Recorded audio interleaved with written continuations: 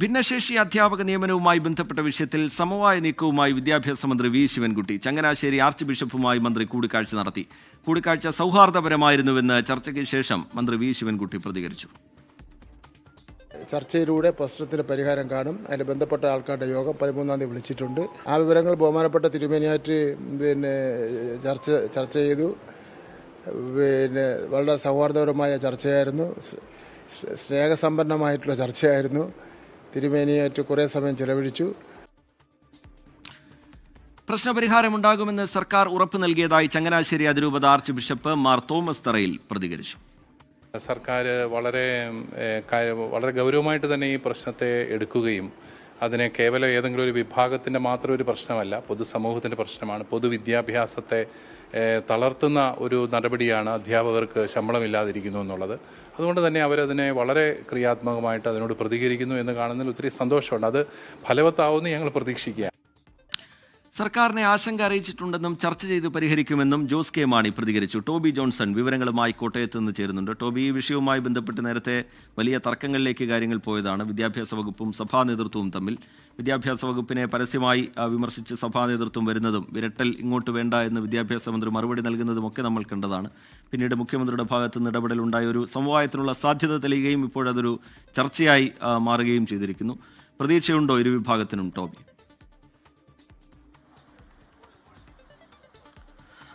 തീർച്ചയായിട്ടും ഇരുവിഭാഗവും ശുഭപ്രതീക്ഷയോടെയാണ് ഈ നീക്കത്തെ കാണുന്നത്. എന്തായാലും ഈ വിഷയത്തിൽ എങ്ങനെ സർക്കാർ പരിഹാരം കാണുമെന്നാണ് അറിയേണ്ടത്. കാരണം ഇതുമായി ബന്ധപ്പെട്ട നിരവധി കേസുകൾ കോടതിയിൽ നിൽക്കുന്നുണ്ട്. അതുകൊണ്ട് തന്നെ ഒരു നിയമോപദേശം സർക്കാർ തേടിയിട്ടുണ്ട് എന്നാണ് നമുക്ക് മനസ്സിലാക്കാൻ സാധിക്കുന്നത്.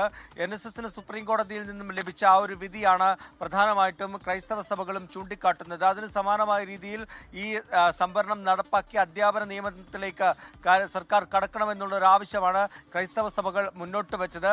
അത് ചില വാക്പോരിലേക്ക് പോകുന്ന കാഴ്ചയാണ് നമുക്ക് കാണാൻ സാധിച്ചത്.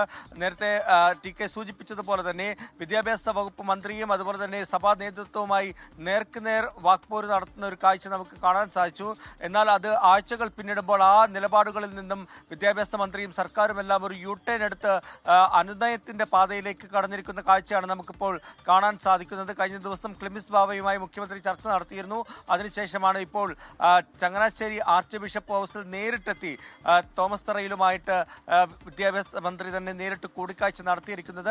എന്തായാലും 2 തെരഞ്ഞെടുപ്പുകൾ വരാനിരിക്കുന്ന ആ ഒരു പശ്ചാത്തലത്തിൽ പ്രത്യേകിച്ചും മധ്യ കേരളത്തിലടക്കം നിർണായക നീക്കം നടത്താൻ കാത്തിരിക്കുന്ന LDF ഈ ഒരു ഭിന്നത നീട്ടിക്കൊണ്ടുപോകാൻ അത്ര താല്പര്യപ്പെടുന്നില്ല. അനുനയത്തിലേക്ക് തന്നെ പോകാനാണ് തീരുമാനിച്ചിട്ടുള്ളത്.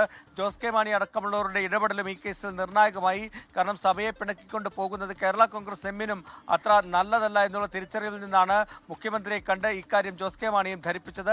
അതിന്റെ ഭാഗമായിട്ടാണ് ഈ ഒരു കൂടിക്കാഴ്ച നടന്നത്. എന്തായാലും 13-ാം തീയതി നടക്കുന്ന ഉന്നതതല യോഗത്തിൽ ഈ വിഷയം സംബന്ധിച്ചൊരു തീരുമാനം ഉണ്ടാകുമെന്നാണ് സർക്കാർ അറിയിച്ചിട്ടുള്ളത്.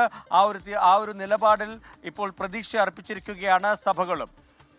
ടോവി, ഇതിൽ സർക്കാരിന് ചെയ്യാനുള്ളതെല്ലാം സർക്കാർ ചെയ്തു കഴിഞ്ഞിട്ടുണ്ട്. സുപ്രീം കോടതിയുടെ നിർദ്ദേശങ്ങൾക്കനുസരിച്ച് മാത്രമാണ് സർക്കാർ പ്രവർത്തിക്കുന്നത് എന്ന നിലപാടാണ് വിദ്യാഭ്യാസ വകുപ്പിന് ഇതുമായി ബന്ധപ്പെട്ടുണ്ടായിരുന്നത്. മാനേജ്മെന്റുകളാകട്ടെ സ്വീകരിക്കേണ്ട നടപടികൾ സ്വീകരിച്ചില്ല, അതിനെ സർക്കാരിനെ പഴിചാരുന്ന സമീപനം സ്വീകരിച്ചു. ഇങ്ങനെ ഈ ചർച്ചയിലൊക്കെ ഈ രൂപപ്പെട്ടു വന്നിട്ടുള്ള പ്രതിസന്ധികളിലൊക്കെ ഒരു പരിഹാരം ഉണ്ടാവുന്നുണ്ടോ? മറ്റൊന്ന്, വിദ്യാഭ്യാസ വകുപ്പുമായി ബന്ധപ്പെട്ട് ഈ വിഷയം ഉയർത്തുന്ന ഘട്ടത്തിൽ സഭാ നേതൃത്വം ചൂണ്ടിക്കാട്ടിയ മറ്റ് ചില വിമർശനങ്ങൾ കൂടിയുണ്ട്.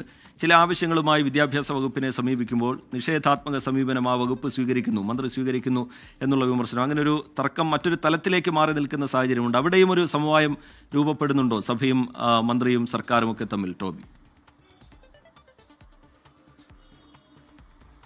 ഉറപ്പായും അങ്ങനെ ഒരു നീക്കം തന്നെയാണ് നടത്തുന്നത്. ഞാൻ നേരത്തെ സൂചിപ്പിച്ചതുപോലെ തന്നെ ഇതൊരു രാഷ്ട്രീയമായി ഇതിനെ കൂടി മാറുന്ന ഒരു കാഴ്ച കൂടി നമുക്ക് കാണാൻ സാധിക്കുന്നുണ്ട്. പ്രത്യേകിച്ചും പ്രതിപക്ഷം കേരള കോൺഗ്രസ് ജോസഫ് വിഭാഗമൊക്കെ ഇത് കാര്യമായിട്ട് ടേക്കപ്പ് ചെയ്ത് ഒരു പ്രക്ഷോഭത്തിലേക്ക് സർക്കാരിനെതിരെയുള്ള വികാരമായി വളർത്തിക്കൊണ്ട് വന്ന ഒരു സമര പരിപാടികളിലേക്കൊക്കെ പ്രക്ഷോഭ പരിപാടികളിലേക്കൊക്കെ കടക്കാനുള്ള ഒരു നീക്കം നടക്കുന്നുണ്ടായിരുന്നു.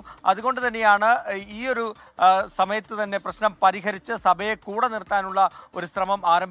അതുകൊണ്ട് തന്നെ മറ്റ് പ്രശ്നങ്ങളും TK പറഞ്ഞ പോലെയുള്ള ഈ വിഷയം മാത്രമല്ല മറ്റ് സമാന പ്രശ്നങ്ങളിലെല്ലാം തന്നെ പരിഹാരം കണ്ട് സഭയെ കൂടെ നിർത്താനുള്ള ശ്രമമാണ് ഇപ്പോൾ നടത്തിക്കൊണ്ടിരിക്കുന്നത്. ലോകത്തെവിടെയായാലും ഏത് സമയത്തും 24 വാർത്തകളും ഓഗ്മെന്റഡ് റിയാലിറ്റി പാക്കേജുകളും എക്സ്പ്ലെയിനറുകളും വിശദമായി കാണാൻ ഞങ്ങളുടെ YouTube ചാനൽ നിങ്ങൾക്ക് സബ്സ്ക്രൈബ് ചെയ്യാം.